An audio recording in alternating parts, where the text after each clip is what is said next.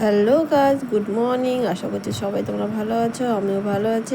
এখন আমার মেয়েকে আমি স্কুলে দিতে যাচ্ছি। তোমরা দেখতেই পাচ্ছ আগামীকাল আমাদের এখানে প্রচুর পরিমাণে বৃষ্টি হয়েছে, রাস্তার ধারে কাদা হয়ে আছে। তোমরা দেখতেই পাচ্ছ চারিদিকে কাদা হয়ে আছে সমানে।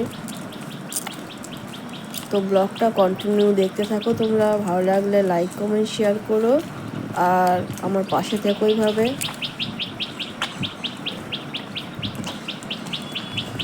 এখন প্রায় 10:30টার মতো বাজে।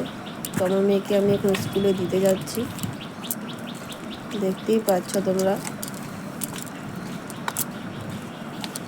একটু এগিয়ে গিয়ে দেখবে আমাদের বাড়ির সামনে, রাস্তার সামনে মানে প্রচণ্ড পরিমাপে কাদা জল জমে আছে, যাওয়া খুবই কষ্টকর। ছোটো ছোটো বাচ্চারা স্কুলে যাচ্ছে, কি করে যাবে, খুবই কষ্টকর। তোমরা দেখতেই পাচ্ছ, দেখো বন্ধুরা, চারিদিকে যেন কাদা জল পাড়িয়ে সব যেতে হচ্ছে আমাদের।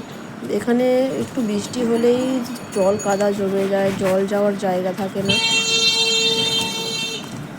দেখে শুনে যেতে হয়। আর যেহেতু এখন স্কুল টাইম, তো তাড়াহুড়োর মধ্যে যেতে হচ্ছে মেয়েকে স্কুলে দিয়ে যেতে। আর একটুখানি স্লিপ খেলে পড়ে যাব রাস্তায়। দেখতেই পাচ্ছ রাস্তার উপর উঠলাম, উঠে দেখো প্রচণ্ড পরিমাপে কাদা। দেখতেই পাচ্ছ গাড়ি ঘোড়া চলছে, আর রাস্তার মধ্যে কাদা জমে আছে সমানে।